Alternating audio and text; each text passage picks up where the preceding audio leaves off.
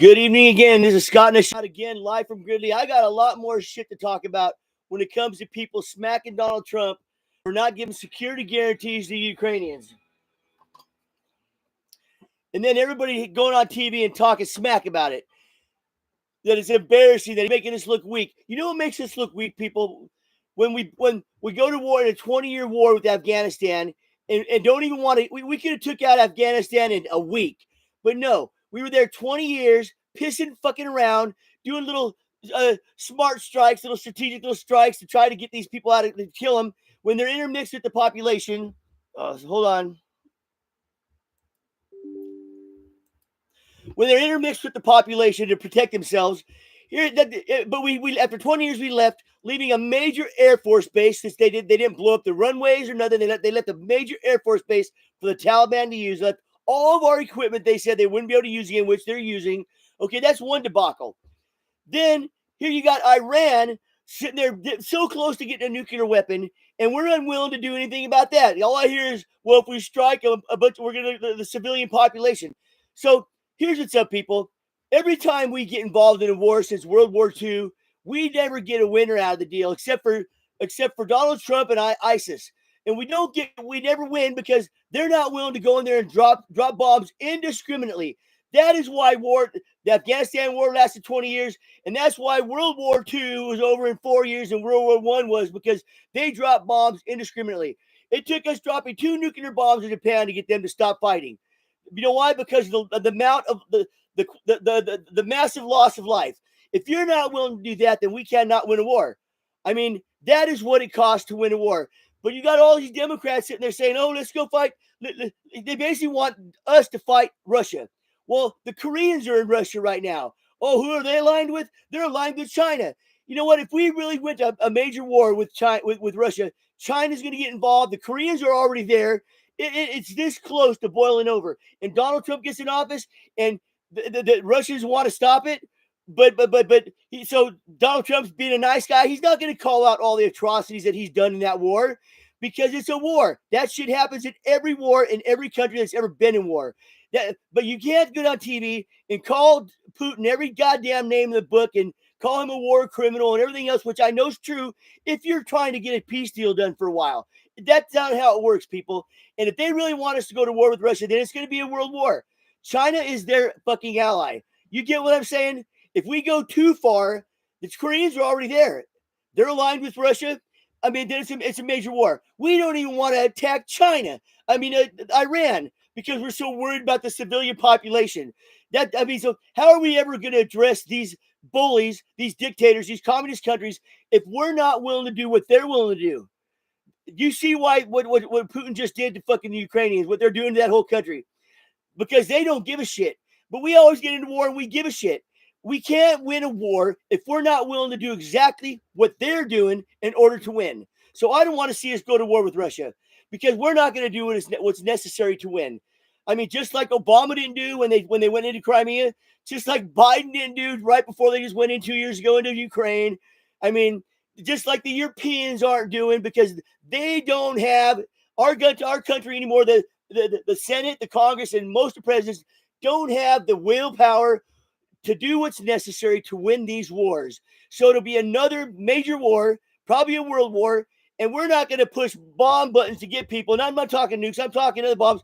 If somebody's hiding in a school, if somebody's hiding in a house where there's a family living, but they're going to do it, that's why they would win the war, because we've turned into a bunch of fucking pussies.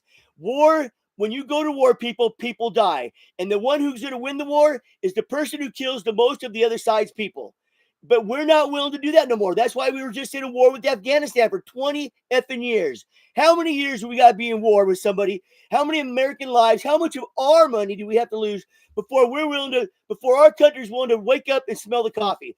That is what war is. It's not pretty. It's not nice. Innocent people die. That's why you try not to have them. That's why Donald Trump's trying to work out a deal for now. There's always going to be a war, people. The best you can get out of any type of situation like that is to get a ceasefire for now. Look at all the ceasefires that Israel's had to deal with, Hamas, Hezbollah, over decades. It just keeps building back up because America doesn't let them, we're their number one ally, we don't let them do what's necessary to win. And I hope Israel does what it has to do to win that damn war. F the Palestinians. They attacked them. They killed women and children. And that is at least they get it. But Israel already knows in order to win that war, they have to annihilate all of Hamas. And to do that, it's going to take civilian lives being killed. That is how war works, people. So I'm not willing as an American citizen to back any war with Russia or any other country right now unless they attack us directly, because we don't have the stomach. Our government doesn't have the stomach to do what it takes to win a war. I mean, the last two real wars where people were doing what it takes to win a war was World War I and World War II. Korea was sucked. Vietnam sucked. No real winner. I mean, Afghanistan, no real winner. Iran's just waiting to fucking get a nuke to fucking threaten the world with, and we're not even doing nothing about that. That's an existential threat to our country is Iran. And what are we doing? We're going to wait the very last second if hopefully they don't get it before sooner than we think, and they push the button. I mean, we don't even want to go attack a country full of terrorists because we're worried about all their people there, which most of them probably are terrorists. I mean, come on. I seen a bunch of little kids there a long time ago in the street chanting "Death to America," all holding, AK-47s. I mean, if you're not willing to fucking take the fight to them for real, then we will never win another war. And then these Democrats and all these little pundits that are good on the TV and talk their stupid mouth are wanting Donald Trump to solve all the problems that have been happening in this world for a long, long time, people. None of our prior presidents wanted to solve it. Not even Obama or Biden. And then Donald Trump gets in. He's trying to work out a peace deal. And all they want to do is go to war. That's what will happen if Donald Trump sits there doing what the Democrats are doing. It's a Russia hoax. We're trying to make peace, and peace is never forever. You can't ever give a security guarantee to anybody. We have different presidents that get elected every 4 to 8 years, and every one of them has a different way of thinking and looking at things. So a guarantee is not worth shit. It's only guaranteed for a while, and hopefully longer than that. But that is the way of the world, people. It's been that way since the beginning of time. But if you want to win a effing war, then you got to go over there and start killing people. I mean, a lot of people. And I'm not just talking military people. If they're hiding in a building, you have to take that building out, regardless of who's in it. Or you're never going to win the war. You're not going to win the war.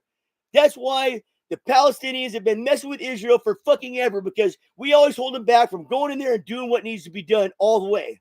Because they're, the people. Well, we're not the ones that started it. The deaths of those people in those countries are on the governments of that country who let that shit get crazy. If you want to send your troops into a country and kill women and children, they expect the same in return. Tenfold. Because I would want to win if somebody did that to my country. Art Biden told us the whole time he's in office, he's telling Israel after October 7th, no, don't do it. But they did it. You get my point, people? So all these pundits that are on TV smack talking Donald Trump, eat a bag of dicks, you idiots. I mean, all you can hope for is peace for a while. It's never guaranteed for very long, or not usually.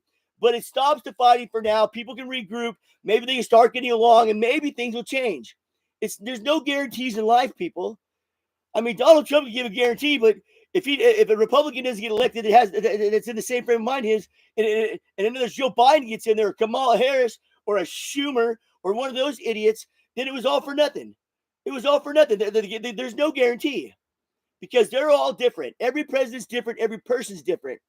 The best you can do is try to create peace, and then when you get attacked, you handle your business directly, aggressively, to win. Not to walk away like Vietnam, like Korea, like Afghanistan, leaving all of our shit there. A major strategic base we left in Afghanistan, real close to China. We could have used that base when the shit hits the fan with China. But no, now we don't have it. The Taliban has it. Donald Trump, I want you to go back into Afghanistan, take them out, and take our shit back. You give that Taliban 1 week to provide all of our equipment, lay it down at that airport, and evacuate their people, their troops, or else. I want our stuff back. I'm tired of all these idiotic wars where we lose lives, and now in today's world, we leave all of our equipment without blowing it up, without making sure they can't use it, and you never leave a military strategic base like that. And if you do, you blow the shit out of it. You make it to where it's not an airport no more, or an Air Force base.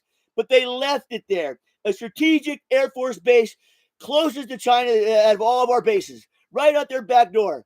And we left it. I mean, I'm tired of all the shit talking morons in this world, people. Anyway, had to get that off my chest. Scott in the shot.